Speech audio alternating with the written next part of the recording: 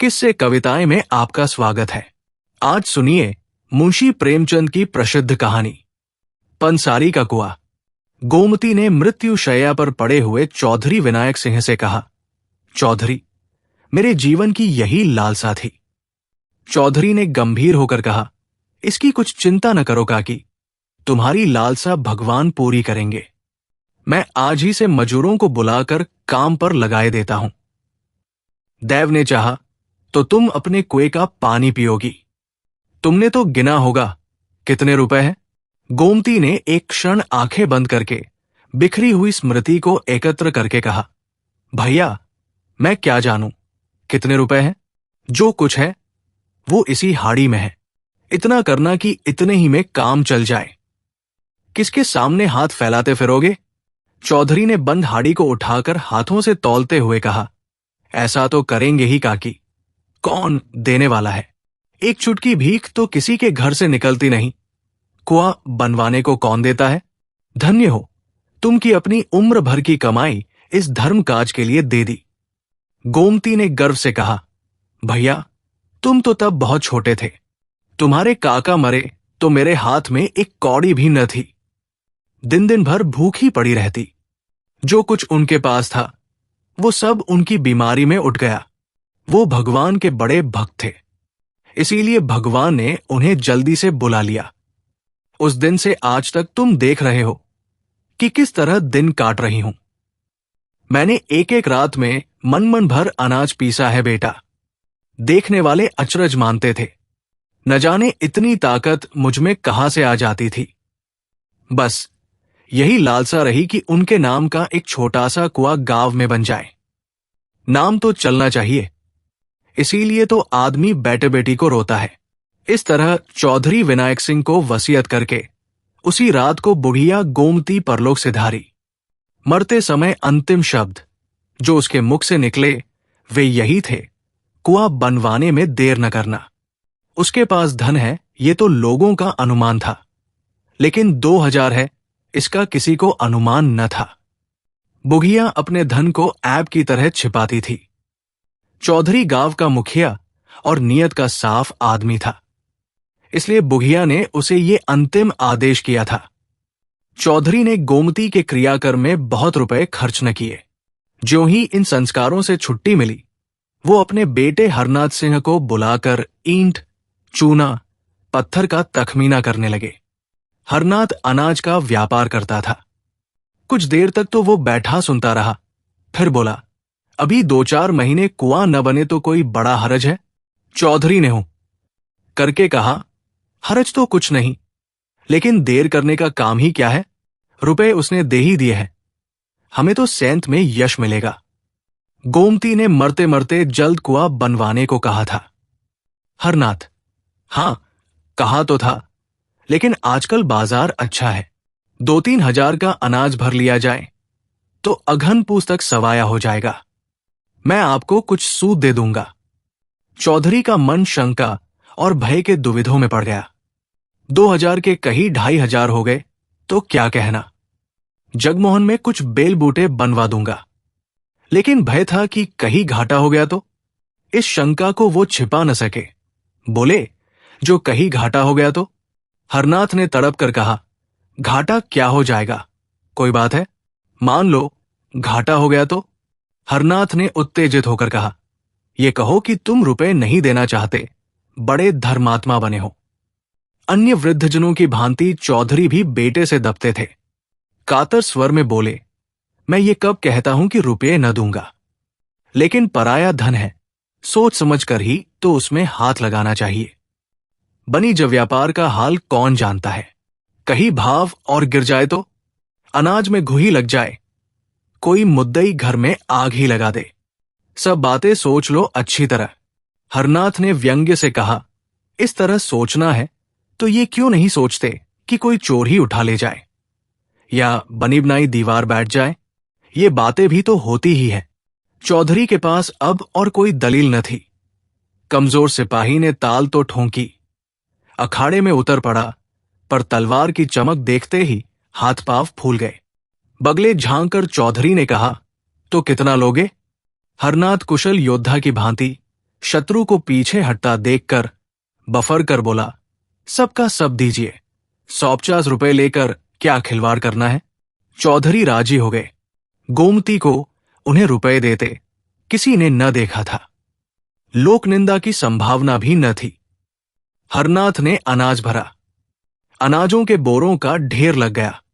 आराम की मीठी नींद सोने वाले चौधरी अब सारी रात बोरों की रखवाली करते थे।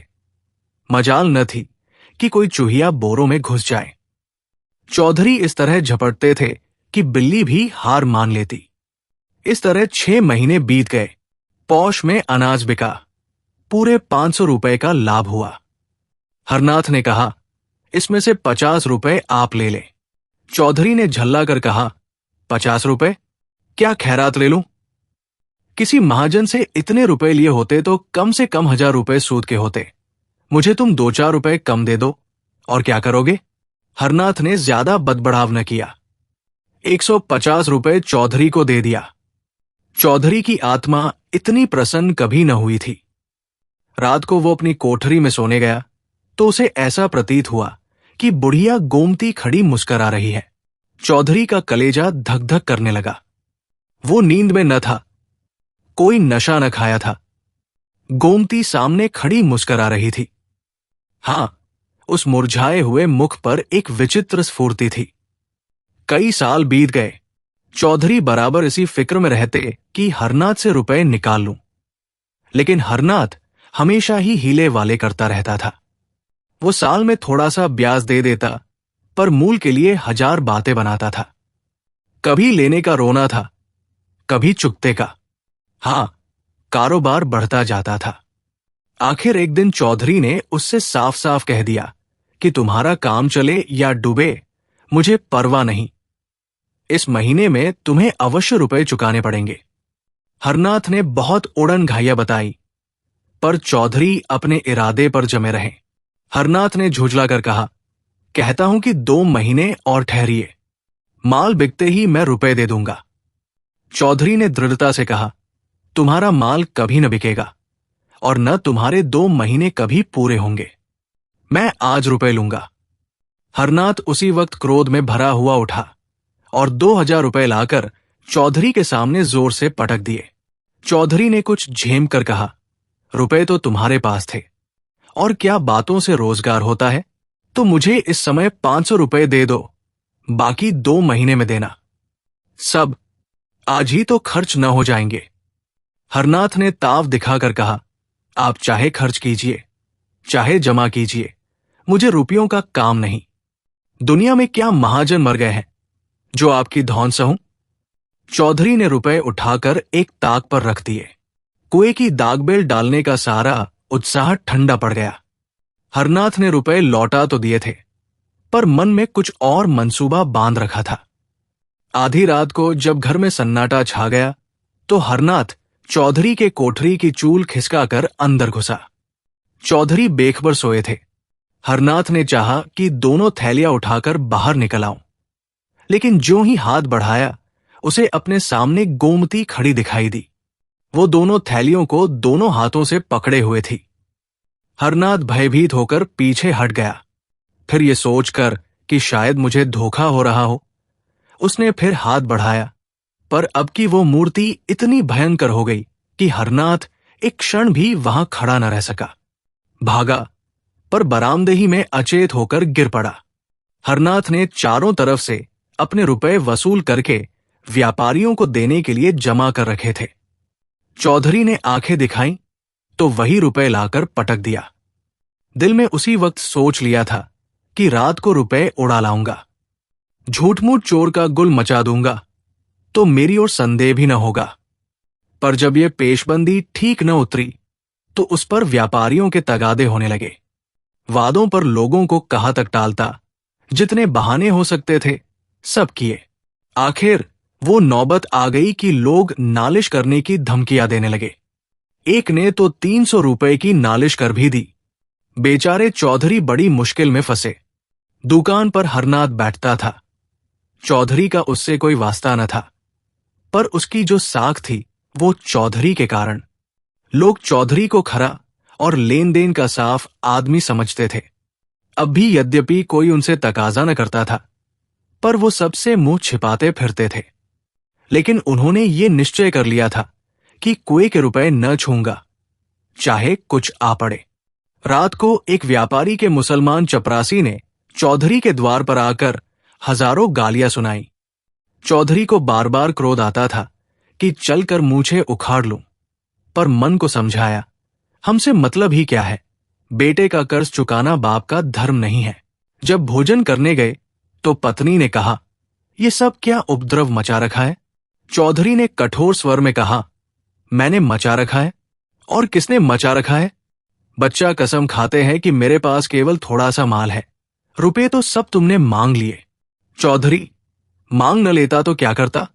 हलवाई की दुकान पर दादा का फातिहा पढ़ना मुझे पसंद नहीं। स्त्री, ये नाकटाई अच्छी लगती है? चौधरी, तो मेरा क्या बस है भाई, कभी कुआं बनेगा कि नहीं? 5 साल हो गए। स्त्री, इस वक्त उसने कुछ नहीं खाया, 1 जून भी मुंह जूठा करके उठ गया था। चौधरी, तुमने समझाकर खिलाया नहीं, दाना पानी छोड़ देने से तो रुपए न मिलेंगे। स्त्री, तुम क्यों नहीं जाकर समझा देते? चौधरी, मुझे तो इस वक्त बैरी समझ रहा होगा। स्त्री, मैं रुपए ले जाकर बच्चा को दिया आती हूं। हाथ में जब रुपए आ जाएं तो कुआं बनवा देना। चौधरी, नहीं नहीं, ऐसा गजब न करना, मैं इतना बड़ा विश्वासघात न करूंगा, चाहे घर मिट्टी ही में मिल जाए। लेकिन स्त्री ने इन बातों की ओर ध्यान न दिया। वो लपक कर भीतर गई और थैलियों पर हाथ डालना चाहती थी कि एक चीख मारकर हट गई। उसकी सारी देह सितार के तार की भांति कांपने लगी। चौधरी ने घबरा कर पूछा, क्या हुआ? क्या तुम्हें चक्कर तो नहीं आ गया? स्त्री ने ताक की ओर भयातुर नेत्रों से देखकर कहा, चुड़ैल वहां खड़ी है। चौधरी ने ताक की ओर देखकर कहा, कौन चुड़ैल? मुझे तो कोई नहीं दिखता। स्त्री, मेरा तो कलेजा धक धक कर रहा है, ऐसा मालूम हुआ जैसे उस बुढ़िया ने मेरा हाथ पकड़ लिया है। चौधरी, ये सब भ्रम है, बुढ़िया को मरे 5 साल हो गए, अब तक वो यहां बैठी है। स्त्री, मैंने साफ देखा, वही थी। बच्चा भी कहते थे कि उन्होंने रात को थैलियों पर हाथ रखे, देखा था। चौधरी, वो रात को मेरी कोठरी में कब आया? स्त्री, तुमसे कुछ रुपयों के विषय ही में कहने आया था, उसे देखते ही भागा। चौधरी, अच्छा, फिर तो अंदर जाओ, मैं देख रहा हूं।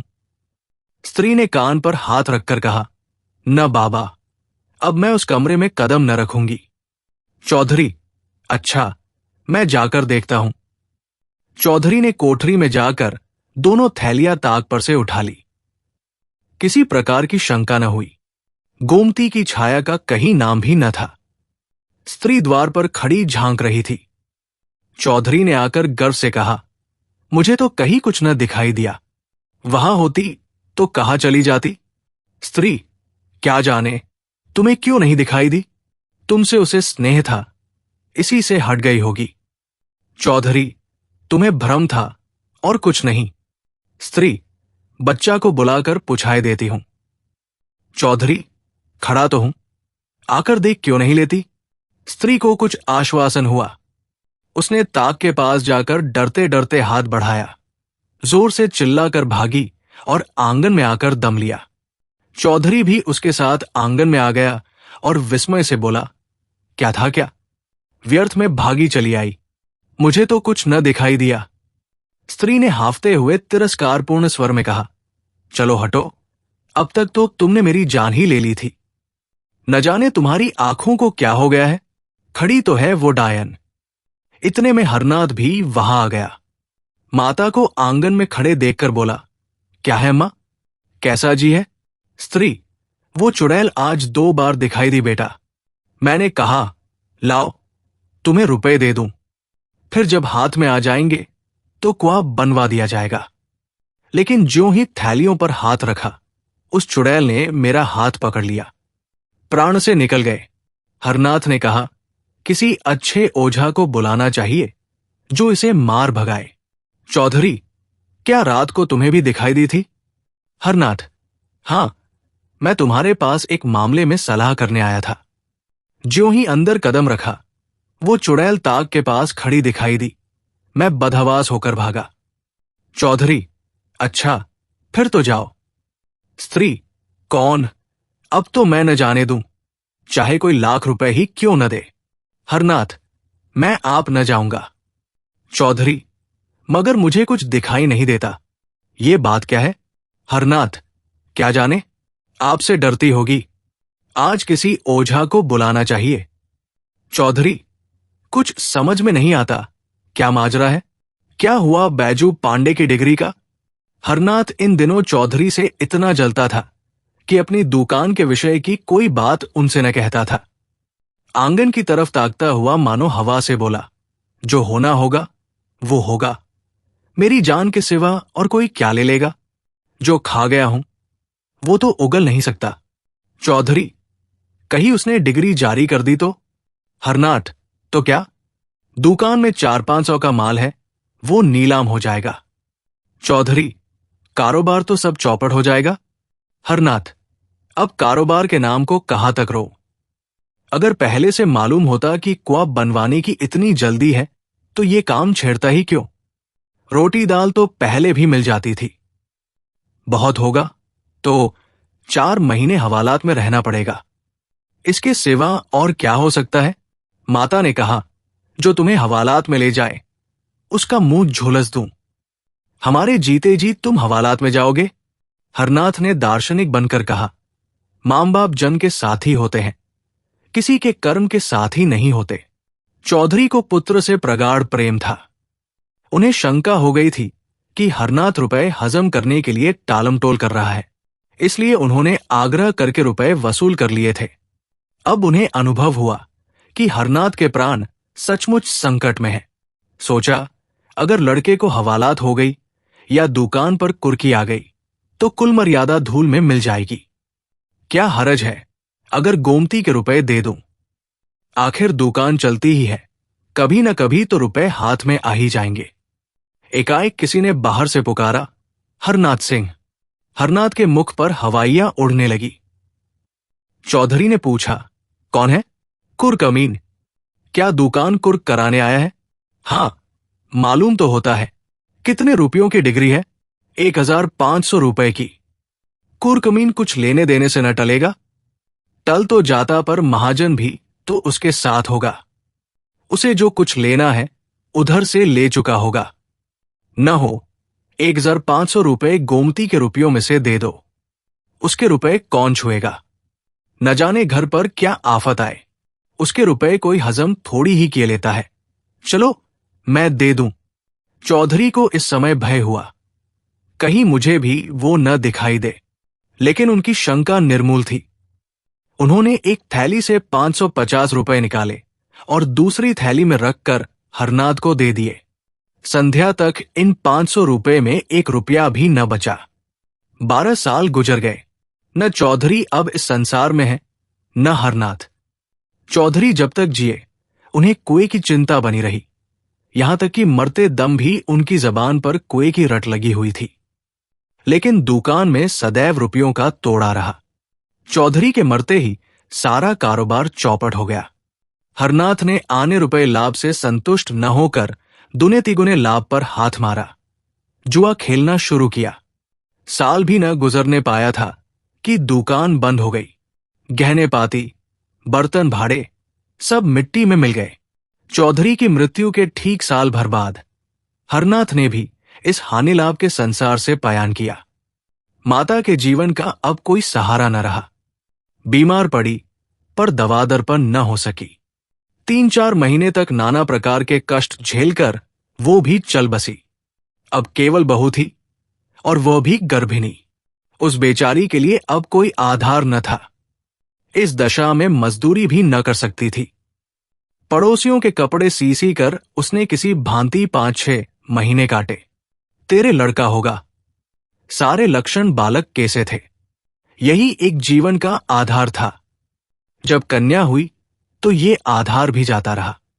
माता ने अपना हृदय इतना कठोर कर लिया कि नवजात शिशु को छाती भी न लगाती थी। पड़ोसियों के बहुत समझाने बुझाने पर छाती से लगाया, पर उसकी छाती में दूध की एक बूंद भी न थी। उस समय अभागिनी माता के हृदय में करुणा, वात्सल्य और मोह का एक भूकंप सा आ गया। अगर किसी उपाय से उसके स्तन की अंतिम बूंद दूध बन जाती तो वो अपने को धन्य मानती। बालिका की वो भोली, दीन, याचनामय, सतृष्ण छवि देखकर उसका मातृ हृदय मानो सहस्त्र नेत्रों से रुदन करने लगा था। उसके हृदय की सारी शुभेच्छाएं, सारा आशीर्वाद, सारी विभूति, सारा अनुराग मानो उसकी आंखों से निकालकर उस बालिका को उसी भांति रंजित कर देता था जैसे इंदु का शीतल प्रकाश पुष्प को रंजित कर देता है। पर उस बालिका के भाग्य में मातृप्रेम के सुख न बदे थे। माता ने कुछ अपना रक्त, कुछ ऊपर का दूध पिलाकर उसे जिलाया, पर उसकी दशा दिनों-दिन जीर्ण होती जाती थी। एक दिन लोगों ने जाकर देखा तो वो भूमि पर पड़ी हुई थी और बालिका उसकी छाती से चिपटी उसके स्तनों को चूस रही थी। शोक और दरिद्रता से आहत शरीर में रक्त कहा, जिससे दूध बनता। वही बालिका पड़ोसियों की दयाभिक्षा से पल पल कर एक दिन घास खोदती हुई उस स्थान पर जा पहुंची जहां बुढ़िया गोमती का घर था। छप्पर कब के पंचभूतों में मिल चुके थे, केवल जहां तहां दीवारों के चिन्ह बाकी थे। कहीं कहीं आधी आधी दीवारें खड़ी थी। बालिका ने न जाने क्या सोचकर खुरपी से गड्ढा खोदना शुरू किया। दोपहर से सांझ तक वो गड्ढा खोदती रही। न खाने की सुध थी, न पीने की, न कोई शंका थी, न भय। अंधेरा हो गया, पर वो ज्यों की त्यों बैठी गड्ढा खोद रही थी। उस समय किसान लोग भूल कर भी उधर से न निकलते थे, पर बालिका निश्चंग बैठी भूमि से मिट्टी निकाल रही थी। जब अंधेरा हो गया तो वो चली गई। दूसरे दिन वो बड़े सवेरे उठी और इतनी घास खोदी जितनी वो कभी दिन भर में न खोदती थी। दोपहर के बाद वो अपनी खांची और खुरपी लिए फिर उसी स्थान पर पहुंची, पर वो आज अकेली न थी। उसके साथ 2 बालक और भी थे। तीनों वहां सांझ तक कुआ खोदते रहे। बालिका गड्ढे के अंदर खोदती थी और दोनों बालक मिट्टी निकाल निकाल कर फेंकते थे। तीसरे दिन 2 लड़के और भी उस खेल में मिल गए। शाम तक खेल होता रहा। आज गड्ढा 2 हाथ गहरा हो गया था। गांव के बालक बालिकाओं में इस विलक्षण खेल ने अभूतपूर्व उत्साह भर दिया था। चौथे दिन और भी कई बालक आ मिले। सलाह हुई, कौन अंदर जाए, कौन मिट्टी उठाए, कौन झोआ खींचे। गड्ढा अब 4 हाथ गहरा हो गया था, पर अभी तक बालकों के सिवा और किसी को उसकी खबर न थी। एक दिन रात को एक किसान अपनी खोई हुई भैंस ढूंढता हुआ उस खंडहर में जा निकला। अंदर मिट्टी का ऊंचा ढेर, एक बड़ा सा गड्ढा और एक टिमटिमाता हुआ दीपक देखा तो डर कर भागा। औरों ने भी आकर देखा। कई आदमी थे, कोई शंका न थी। समीप जाकर देखा तो बालिका बैठी थी। एक आदमी ने पूछा, अरे क्या तूने ये गड्ढा खोदा है? बालिका ने कहा, हां। गड्ढा खोद कर क्या करेगी? यहां कुआं बनाऊंगी। कुआं कैसे बनाएगी? जैसे इतना खोदा है वैसे ही इतना और खोद लूंगी। गांव के सब लड़के खेलने आते हैं। मालूम होता है तू अपनी जान देगी और अपने साथ और लड़कों को भी मारेगी। खबरदार, जो कल से गड्ढा खोदा, दूसरे दिन और लड़के ना आए। बालिका भी दिन भर मजूरी करती रही, लेकिन संध्या समय वहां फिर दीपक जला और फिर वो खुरपी हाथ में लिए वहां बैठी दिखाई दी। गांव वालों ने उसे मारा पीटा, कोठरी में बंद किया, पर वो अवकाश पाते ही वहां जा पहुंचती। गांव के लोग प्राय श्रद्धालु होते ही हैं। बालिका के इस अलौकिक अनुराग ने आखिर उनमें भी अनुराग उत्पन्न किया। कुआं खुदने लगा। इधर कुआं खुद रहा था, उधर बालिका मिट्टी से ईंटें बनाती थी। इस खेल में सारे गांव के लड़के शरीक होते थे। उजाली रातों में जब सब लोग सो जाते, तब भी वो ईंटें थापती दिखाई देती। न जाने इतनी लगन उसमें कहां से आ गई थी। 7 वर्ष की उम्र कोई उम्र होती है, लेकिन 7 वर्ष की वो लड़की बुद्धि और बातचीत में अपनी तिगुनी उम्र वालों के कान काटती थी। आखिर एक दिन वो भी आया कि कुआं बंधा गया और उसकी पक्की जगत तैयार हो गई। उस दिन बालिका उसी जगत पर सोई। आज उसके हर्ष की सीमा न थी। गाती थी, चहकती थी। प्रातःकाल उस जगत पर केवल उसकी लाश मिली। उस दिन से लोगों ने कहना शुरू किया, ये वही बुढ़िया गोमती थी। इस कुएं का नाम पंसारी का कुआं पड़ा। ऐसी और कहानियों के लिए आप किससे कविताएं पेज को, चैनल को लाइक, फॉलो व सब्सक्राइब करें प्लीज। कोई सुझाव हो तो अवश्य दें। धन्यवाद।